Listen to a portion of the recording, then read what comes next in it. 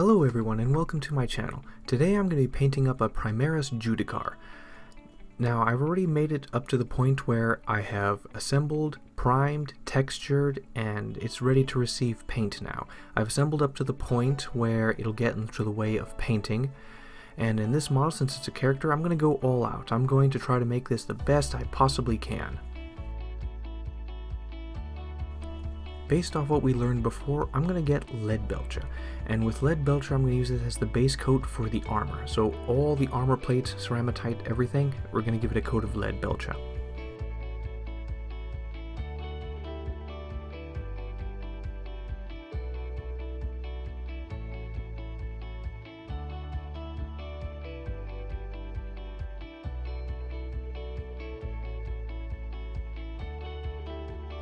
Now with Abaddon Black and Nuln Oil, we're going to paint the armor. With a 1-to-1 wash, maybe slightly favoring Abaddon Black, we're going to apply this all over the armor.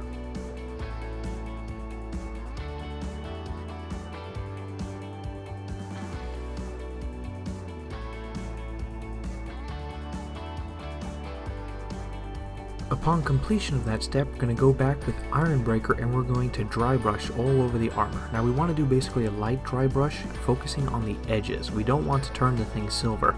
We just want a light dry brushing to hit the edges.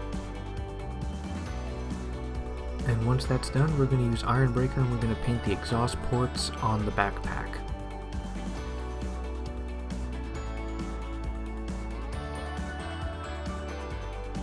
And now with Corn Red, Mephiston Red, and Evil Sun Scarlet, we're going to paint the inside of his cloak and the little purity seals. Now we start off with a base layer of Corn Red all throughout the inside of the cloak and the purity seals.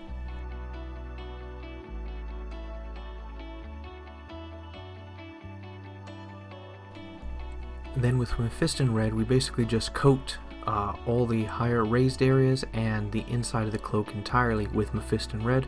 And as far as the purity seals go, we paint the ring and then we paint the center. We do want to see some Corn Red just like in a tiny little ring in the middle.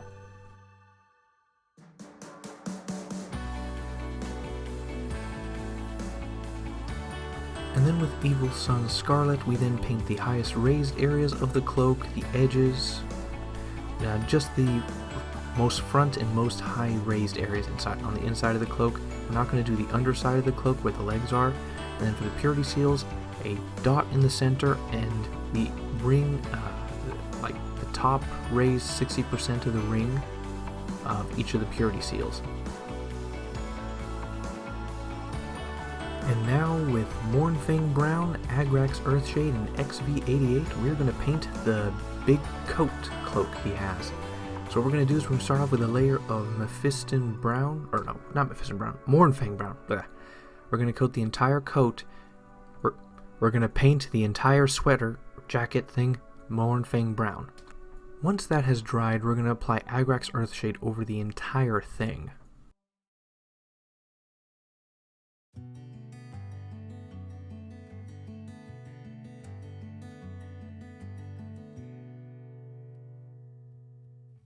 Now once that is done, we're going to go with Mournfang Brown and we're going to paint like 90% of the coat all over again except for the most deepest recesses. We want to keep those as dark as possible. Now the Agrax Earthshade will give us a huge guide on where to highlight, where not to highlight. So pretty much just like 90% of the whole thing is going to be painted, only like the deepest, darkest recesses or the most center parts of the cloak will not be repainted.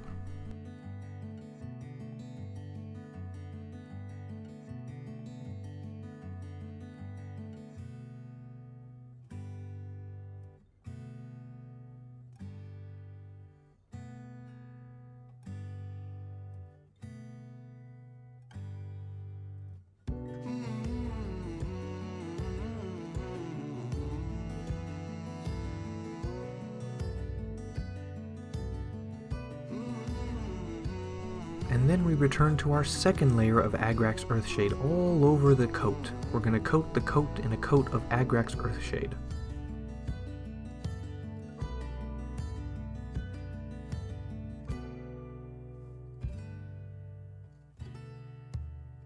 can see how the shading and the highlighting is beginning to affect it. We're beginning to create easy depth and light and shadow very easily here. And now, again, to a third layer of Mournfang Brown, we're going to highlight the even more upper raised areas, like maybe 60 to 70% of the model, or of the coat, will be coated with Mournfang Brown.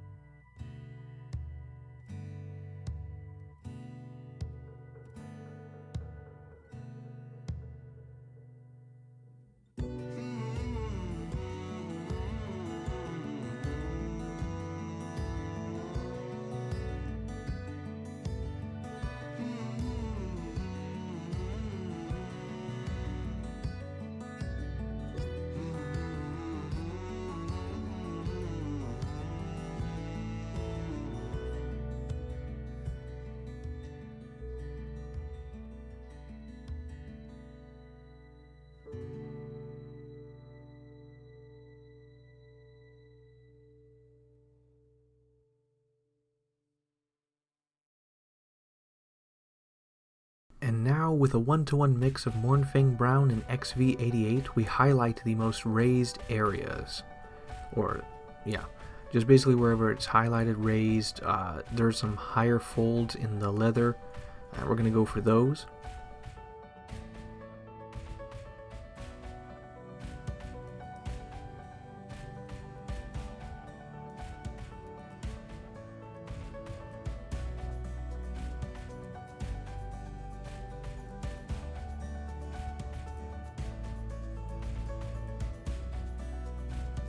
And once that is done, we go with a pure XV88 highlight on the most raised areas, the absolute tippy top.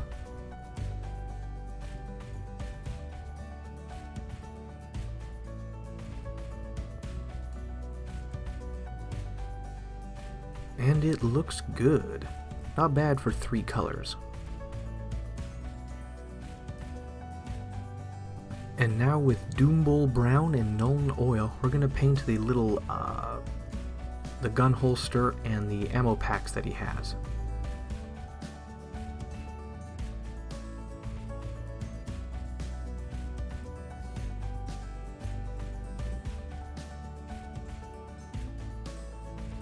We then give all these a layer of Nuln Oil. We then highlight around 90% of the gun holster and the packs with Doombull Brown again. Only the deepest, darkest areas will retain the color.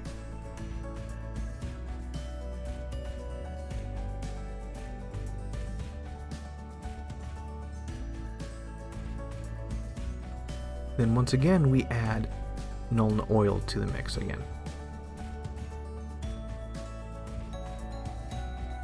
And then we do a fine highlight on the edges, or the square edges of the packs.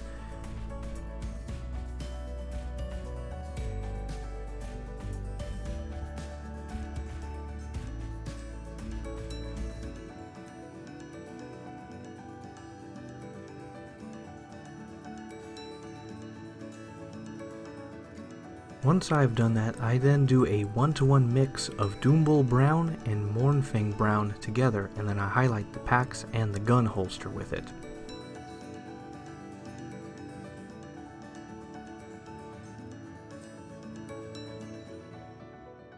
And then, with Mournfang Brown, watered down of course, I then do a very fine highlight of the gun holster and the packs.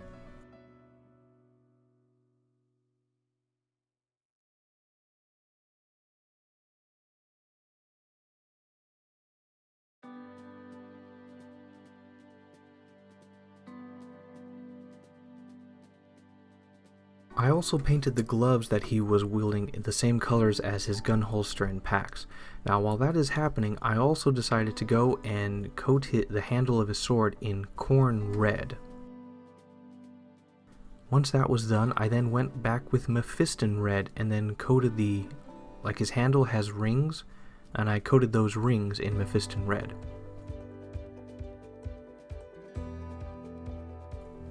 Once that was done, I then took Evil Sun Scarlet and highlighted the top 60% of the rings with this color. And then once that was done, I then coated the handle and his gloves in Agrax Earthshade. The gloves only got a basic Doombull brown coat of paint. I just decided to do it earlier while I had the paint out. Now the reason I'm using Agrax Earthshade instead of Nuln Oil like the holsters, the reason for that is because it does make a slight color difference, so you can pick them out differently from the packs. The gun holster and the gloves will look differently between Nuln Oil and Agrax Earthshade applied. Then go back and highlight with Doombull Brown on all the edges of the glove. Basically we're painting like 90-95% of the glove back in Doombull Brown. Only the deepest, darkest recesses will have it, or like some parts in the middle of the glove will be unpainted.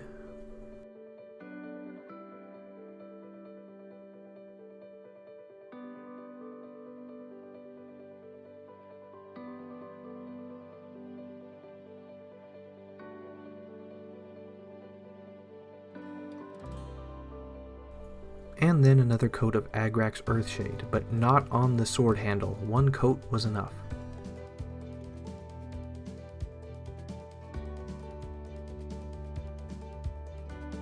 And then I did a further highlight of Doombull Brown on the gloves. Now we were going to paint maybe like 60-70% of the glove this time. We want the dark parts to be dark, and we want the highlighted areas to be highlighted. Like 60-70% of the glove is going to be repainted.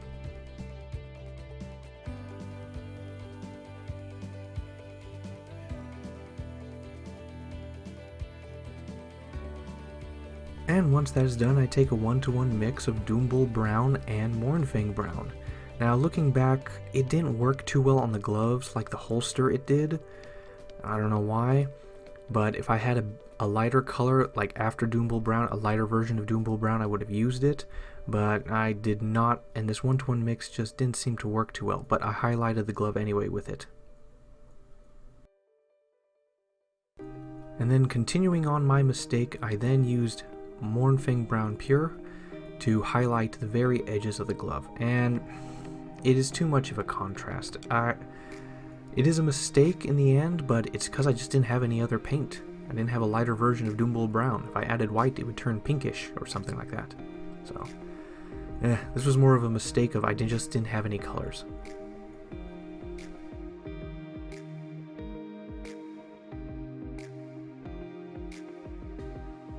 Pivoting off that bad move into a good move, we then take AK Interactive Ultra Matte Varnish, and what we're going to do is we're going to coat we're going to put a layer of this on top of the coat and the gloves. Now, interestingly, this Ultra Matte Varnish does have a unique effect what it does to paint. While it is a very powerful matte, it also makes it look clothy, leathery, and so applying this is going to change like the overall appearance of the coat and gloves, and it looks really good in the end. And now with Skeleton Horde Contrast and Guilliman Flesh, we are going to paint the exhaust ports on the backpack. Now starting with Skeleton Horde Contrast, we're going to apply this everywhere on it, and what this is going to do is it's going to yellow or brown the metal, like it's been worn and exhaust is coming out.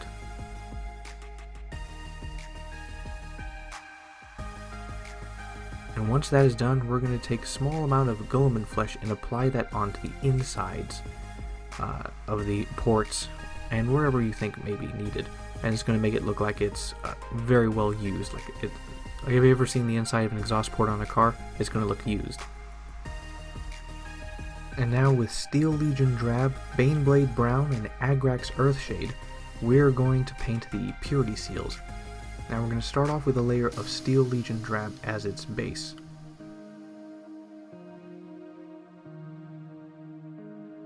We then highlight the purity seals with Baneblade Brown, but I accidentally forgot to get footage, so here's me skipping to the next step of coating it in Agrax Earthshade. And then once that's done, we do a fine highlight on all the edges and the raised areas and wherever else you think. Less is more in this case when it comes to painting the center, but we use Baneblade Brown and we highlight the purity seals. Now with Rhinox hide, we're going to paint his face mask. It's just going to be a simple face mask. Just one layer of Rhinox hide and done.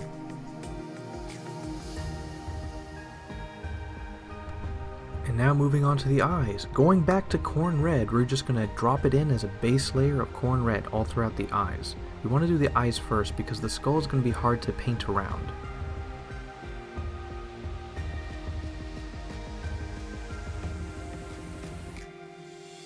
Once that's done, we're going to try to fill it in, most of it, like 90% of the eye, with Mephiston red. And then, with a small brush, thin brush, and a little bit of paint, we're going to apply Evil Sun's Scarlet to the center raised area, the center upper half of each eye, or as best you can. Once that is done, we're going to go to Baneblade Brown, and we're going to coat the skull helmet. Now, I used two brushes for this, one big one to do most of the work, and then I took a very fine one to do the areas around the eye and his little bone nose sticking out over the mask.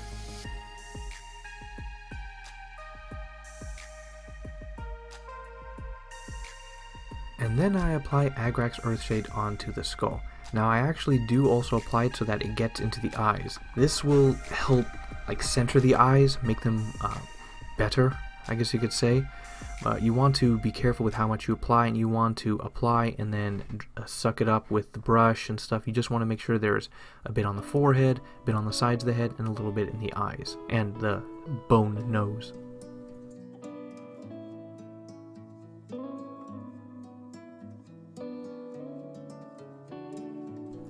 And then with Baneblade Brown again, we're going to go and we're going to highlight it. Now because it's a skull, it's really easy to see where the edges are. So the eye sockets, the sides of his head, and the side of his skull going up. And yeah, that's pretty much it. And then I just paint some simple lines onto the top of his head.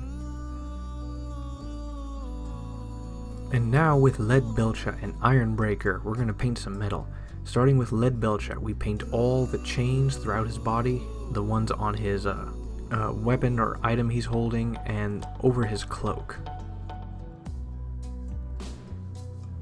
And then with great care, to not undo all the great work we've done, we apply Leadbelcher onto his buttons. He has buttons in the front and buttons in the back. We carefully apply it with a thin brush, just tap, tap, tap, tap. And then we carefully highlight everything except the buttons with Ironbreaker, all the edges of the chains and certain center parts on the chains on his chest, or legs.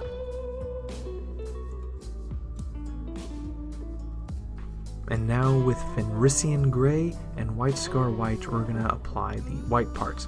We're going to apply the Fenrisian Gray first as a base coat on his left shoulder pad and the center of the backpack, as well as his right elbow pad. We just want to add more color to it.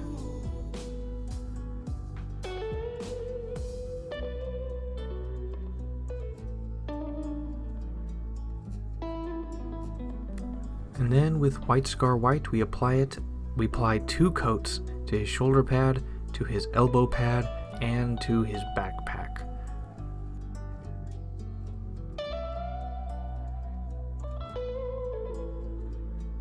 Now for ease of painting, we're going to super glue him to the base. Now I've made his base like I've done for the Eradicators and Intercessors, so if you want to know how I've done that, look back on those videos.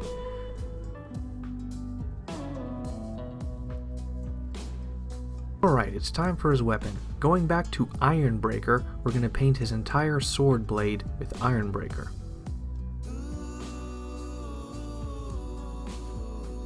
And now with the Fang and Lamian Medium, we're going to make a wash. Now we're just going to put basically 3 brush fills of Lamian Medium and a speck of the Fang inside, and we're going to make a very thinned wash. It looks kind of thick, but it's thin enough. And then we're going to apply it all over the sword. The sword's going to have a bluish tone to it. Once that is done, we're going to go back to Ironbreaker and we're going to highlight the very edge of the blade, all top, bottom, right, left, and all that, and then the center of the blade. We're going to give a thick highlight to the center of the sword.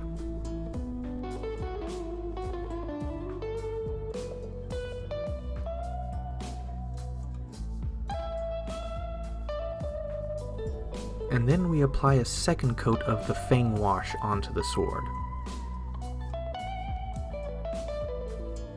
And once that is done, we're going to go get another layer of Iron Breaker on the edges, raised areas, edges, and the very center of the sword line.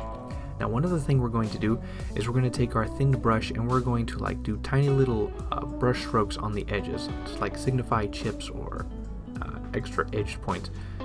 We're going to basically feather the edges of the blade.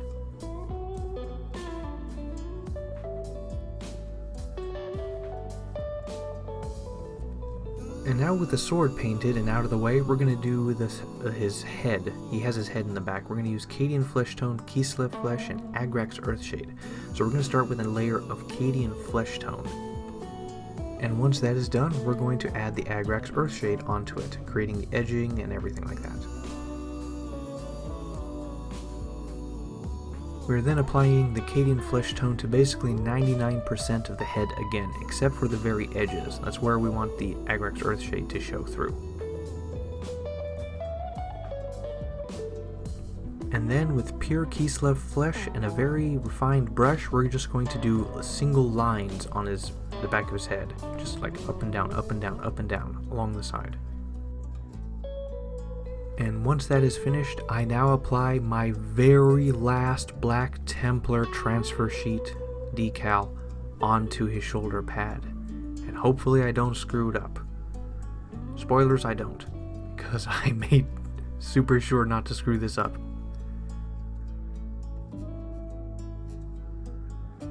And now with Army Painter Matte, I apply it onto basically all the armor plates, his skull, the sword, and basically the edges of his body where, not the cloak stuff. I don't want to undo the work of the Ultra Matte, but we apply this basically to the edges of his feet and other things like that that's probably going to get scuffed up.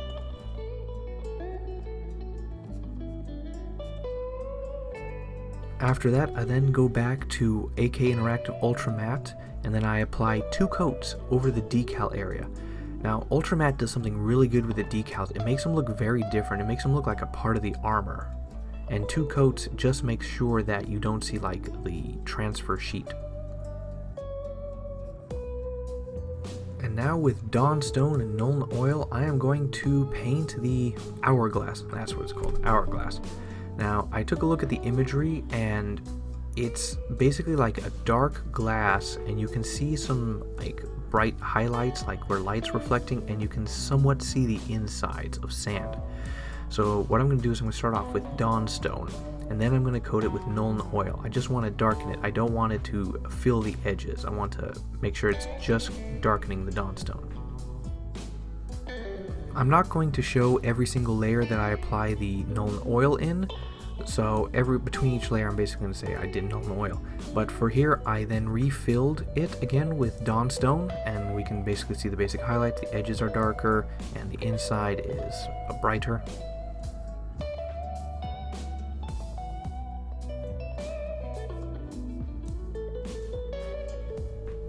After the second layer of Nuln Oil, we will apply our third layer of Dawnstone more towards the center. Make sure this is watered down. We want thin coats of Dawnstone.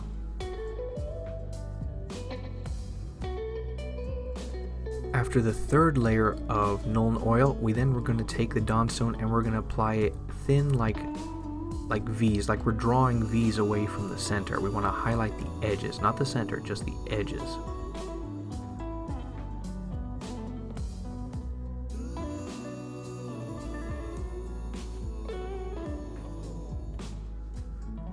Once that is done, I then take some Steel Legion Drab, watered down, and then I apply a thin coat using very simple up and down brush strokes in the center to like signify there's sand behind glass. This is the first time I try something like this, so I'm going to do less is more. A lot less is more.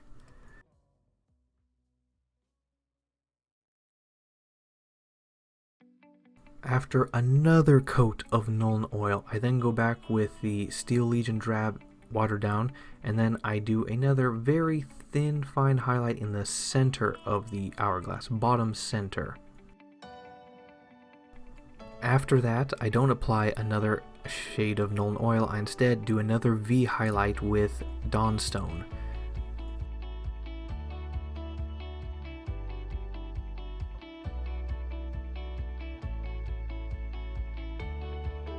With that step finally completed, I go to Vallejo Liquid Gold Copper, and I'm going to coat all the metal pieces, like the entirety of the hourglass, the metal pieces there, his trinket he's holding, his knee pad, and the guard of his guard and pommel of his sword, and the little spot on the backpack, and anywhere else I want.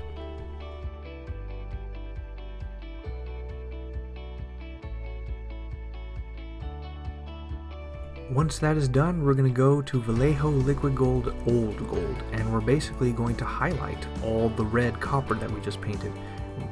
We want to apply it on the raised areas, the tops of skulls. We want the copper to be visible, but we also want to just coat basically like 80 to 90% of all the red with it.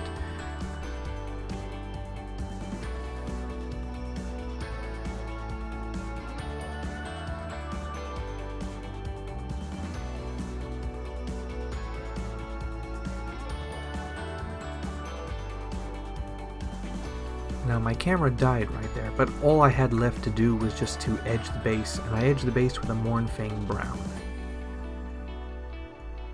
And that's it. Well, this is the best work I could do. And, well, this is now where I ramble and talk about the project. Well, alright. So first off, I will notice that well, it looks good. It looks really good. I'm going to give myself a personal rating of 8 out of 10. Now, at best, it could have been a 9, but there were a few things that stopped it. First thing that stopped it, I didn't have a lighter version of Doombull Brown. I don't know what that would be. I haven't gone to the paint store in a while due to the plague. But because of that, I used a Mournfang Brown, and it didn't look too good as well onto the gloves, and I just didn't like it, so I'm docking a point for that.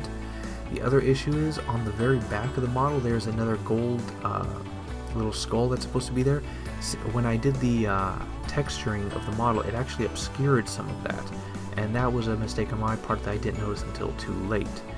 And so as such, it just it kind of ruined it, and the model looks good until you look at the back and you notice that it's a little vague or like fluffy, distorted there. So that is a definite mistake on my part. Positive wise, the copper and gold look amazing. The sword turned out really well. You can see the brightness on it. You can see the blue hue. We can experiment with that more. The hourglass, it's good. It's okay. It's not great, but that's the first time I've tried something like that. Basically, was trying to mimic like distortion stuff. I mean, it's there. It's done. A good model, good try. So this is like my best work with a few mistakes. I'm now officially out of Black Templar transfer sheets, and so I'm going to be moving on to my next project, which I was going to do the chaplain, but I feel like it'll be too similar to this with the gold and stuff, so I am going to instead move on to the standard bearer, the Blade Guard Ancient, I think it's called. Yeah. So like the video if you like the video, share if you want to share it, comment if you want to nitpick or say something, and I'll see you guys soon as I grind out this box set.